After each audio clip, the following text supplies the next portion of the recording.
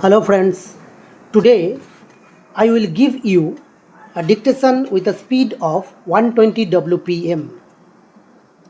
This dictation has been taken from a parliamentary speech. So be ready friends. I will start my dictation after 5 seconds. The Prime Minister said, "The 3 years since I last addressed this conference have been eventful years for our economy. The 7th 5 year plan has made good progress. Growth has been significant. Industrial production has been exceptionally well. The infrastructure has expanded at an impressive pace. Agriculture has withstood the strains of the Or's drought in memory. Central plan investments have been fully in line with planned projections.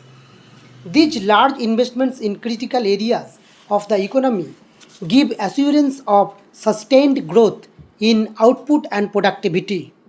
The public sector has contributed substantially to this notable performance. Incremental investment in the public sector has been unprecedented. It is not so long ago that sectors like power, transport, coal, and steel, all in the public sector, were viewed as key bottlenecks in the economy. Today, they are the strong points. This is the measure of our achievement. The public sector has had and must continue to have a strategic role in our development. There must be no misconception on this point. But you must not rest on your oars. Much needs to be done to improve the performance of the public sector. This is because of the pivotal role assigned to the public sector in our strategy of development. We have looked to the public sector to give our economic strength, diversity, and durability. It has been the engine of our self reliance and economic independence. It has helped us to acquire know how, skills, and technology in difficult and new areas. It has fostered ancillary and downstream units in places which would otherwise have remained untouched by industrial development. It has taken industrial development to backward regions. It has opened up employment opportunities for lakhs of workers. Today, the public sector dominates the commanding heights of the economy. It also represents an enormous investment of the nation's resources. At the start of the seventh plan, total investment in public sector enterprises amounted to about rupees 43,000 crores. But the end of seventh plan, it would have doubled to about rupees 86,000 crores. Investments of these magnitudes reflect the scale of my commitment, the government's commitment, and the nation's commitment to building a strong public sector. Your and our commitment must also be to ensure that public sector and the resources invested in it are used more effectively to further our development objectives. Our commitment is to improve public sector performance in order to strengthen its role in our future development. We also look to the public sector to be a major weapon in development and in our war against poverty. Poverty cannot be eradicated without massive investments. Resources for such investment must come largely from the public sector, while profitability cannot be the sole criterion for judging the public sector performance. The public sector has a crucial role in generating surpluses for investment. In this respect, the overall performance of the public sector has fallen short of expectations. Many public sector enterprises have done well and deserve our warmest applause and assurances. But many others have lagged behind the plan's targets, and this despite the fact that these targets have fully taken into account especially difficulties and special circumstances. The outstanding performance of some public sector units proves that there is nothing wrong with the public sector as such. There are good performers and bad performers in the public sector as there are in the private sector. With a sound work ethic, the right motivation, and good management, all our public sector units can achieve the performance the country expects of them. The public sector has vital tasks before it in the years ahead. It must continue to take on the primary responsibility for the development and expansion of the infrastructure. It must also remain at the cutting edge of technological development in critical areas. It can perform this role only if large amounts are invested in its expansion, modernization, and in research and development.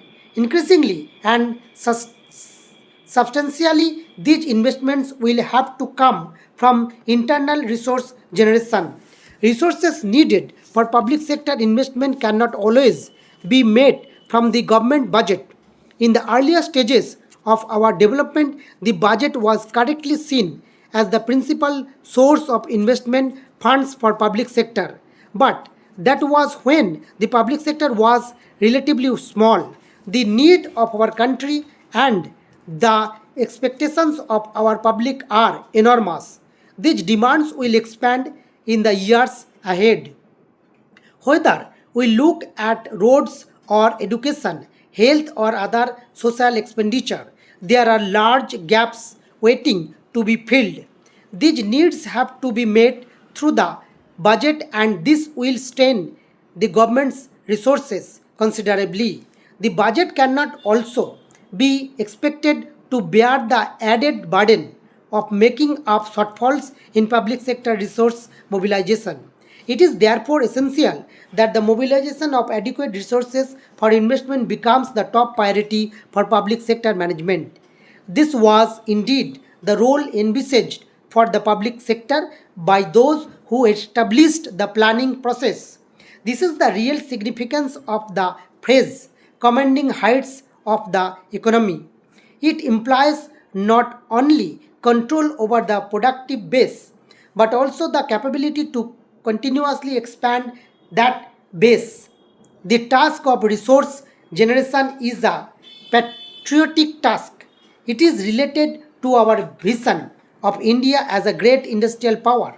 We do recognize that many public sector enterprises suffer from inherited difficulties with limit their financial capability. These factors have to be taken into account in fixing their resource mobilization targets. But once these targets are set, they must be met. Resource mobilization is one side of the efficiency coin. The other side is lowering the cost of production, increasing productivity, and improving quality. The public sector provides the economy with some of its most critical inputs. As such, it sets the base level of cost from which we build up the total cost of production in different sectors.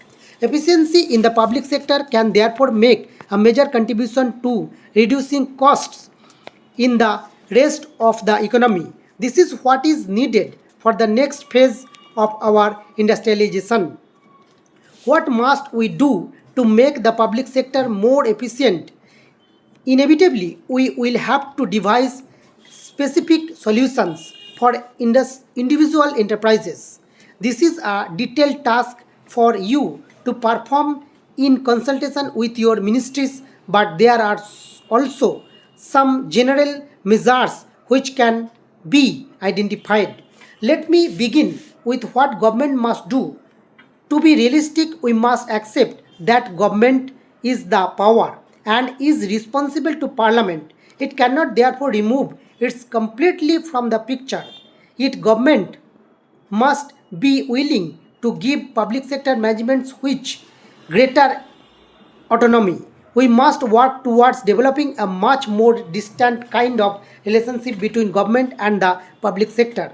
Many departments suffer from a mistaken notion that without detailed guidance from government on day-to-day operations, the public sector would go astray. Consequently, there is just too much detailed supervision and red tapeism.